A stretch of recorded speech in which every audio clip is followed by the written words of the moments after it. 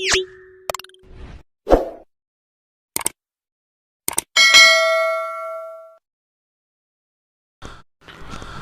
Start करते हैं आज की क्लास। आज की क्लास में हम देखेंगे पार्टनरशिप अकाउंटिंग में साझेदारी संलेख के अभाव में लागू होने वाले नियम, rules applicable in the absence of partnership deed.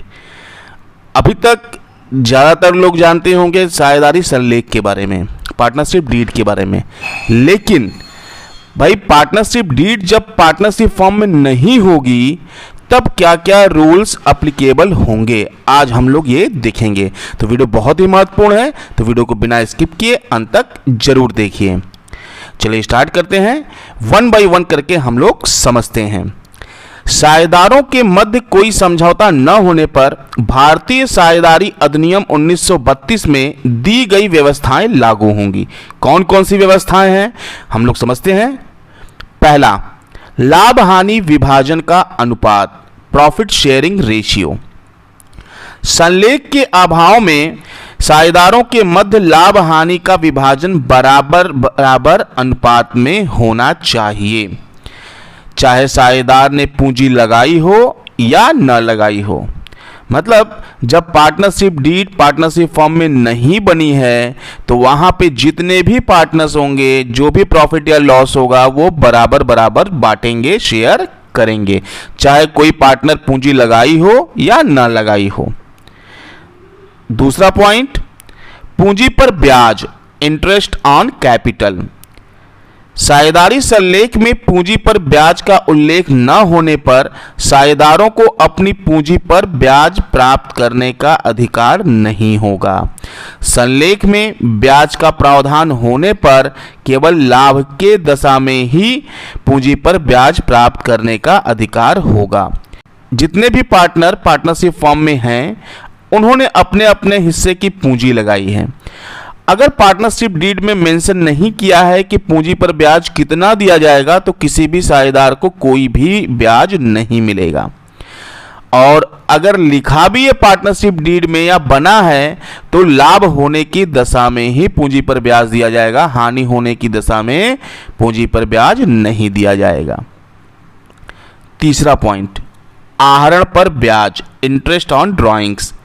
साझेदारी संलेख में आहरण पर ब्याज का उल्लेख न होने पर आहरण पर ब्याज देय नहीं होगा।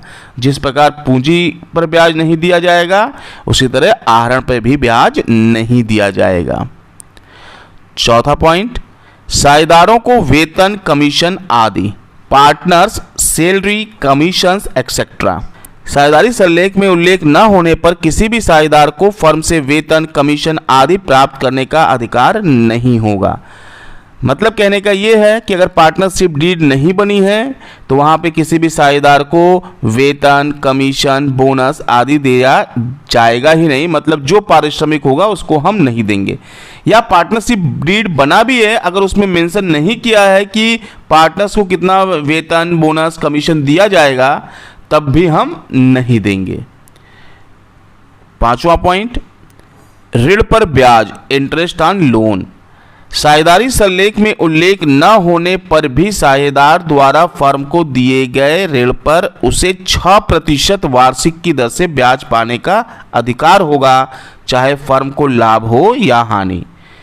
जब पार्टनरशिप फर्म किसी पार्टनर से लोन लेती है और लोन का इंटरेस्ट फिक्स नहीं किया है, मतलब कि पार्टनरशिप डीड में ऐसा कुछ मेंशन नहीं है कि लोन पे कितना इंटरेस्ट दिया जाएगा, तो वहाँ पे 6% पर एनम के रेट से पार्टनर्स को इंटरेस्ट दिया जाएगा, चाहे पार्टनरशिप फर्म को लॉस हो या प्रॉफिट हो। छठवां पॉइंट, कारोबार के संचालन में भाग लेने का अधिकार, right to take part in the operation of business. संलेख के अभाव में प्रत्येक साझेदार को कारोबार के संचालन में भाग लेने का पूर्ण अधिकार होगा। अगर पार्टनरशिप डीड में नहीं लिखा है कि साझेदार कौन कौन से काम कर सकता है ऑपरेशन से रिलेटेड, मतलब संचालन से रिलेटेड, तो वहाँ पे सभी साझेदार जो हैं, जितने भी साझेदार साझेदारी फर्म में होंगे, वो कारोबार के संचालन में भाग लेने का पूर्ण अधिकार होगा। मतलब सभी साझेदार संचालन के कार्य में भाग ले सकते हैं। सातवां पॉइंट, फर्म की पुस्तकों तथा खातों तक पहुंच, access to books and account of firm. प्रत्येक साझेदार फर्म की पुस्तकें तथा खातों का निरीक्षण कर सकता है तथा उनकी प्रतिलिपि प्राप्त कर सकता है। मतलब जब पार्टनरशिप डीड नहीं होगी तो जितने भी पार्टनरशिप फर्म में पार्टनर्स होंगे वो फर्म की पुस्तकों तथा खातों का निरीक्षण कर सकते हैं, जांच कर सकते हैं और उनकी कॉपी प्रतिलिपि प्राप्त कर सकते हैं।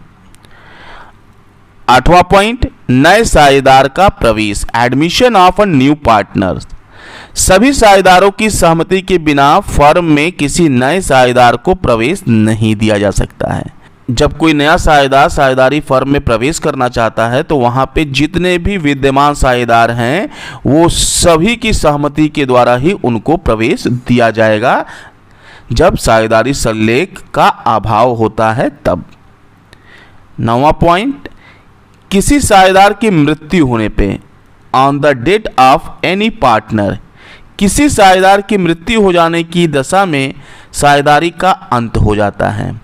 मतलब पार्टनरशिप डीड अगर नहीं है, कोई भी साझेदार मर गया साझेदारी फर्म में, तो वहाँ पे साझेदारी को समाप्त कर दिया जाता है। ये जितने भी पॉइंट आज आप लोगों ने देखा है इसको लर्न भी कीजिएगा। हाँ, और एक चीज़ और याद रखिएगा हमेशा कि सभी साझेदारों की सहमति से जितने भी नियम हैं उसमें परिवर्तन किया जा सकता है। एक पॉइंट नोट में नीचे लिख भी सकते हैं हम, सभी साझेदारों की सहमति से उपयुक्त नियमों में परिवर्तन किया जा सकता है। ये था साझेदारी संलेख के अभाव में लागू होने वाले नियम, भारतीय साझेदारी अधिनियम 1932 के अनुसार। अभी के लिए बस इतना ही, मिलते हैं नेक्स्ट वीडियो में। अगर वीडियो पसंद आया हो तो इसको लाइक और शेयर करना ना भूलिए। अगर आपने अभी तक हमारे चैनल को सब्सक्राइब नहीं किया है तो सब्सक्राइब कीजिए, साथ में बेल आइकन को जरूर दबाइए ताकि लेटेस्ट अपडेट आपको मिलता रहे। धन्यवाद, आपका समय शुभ हो।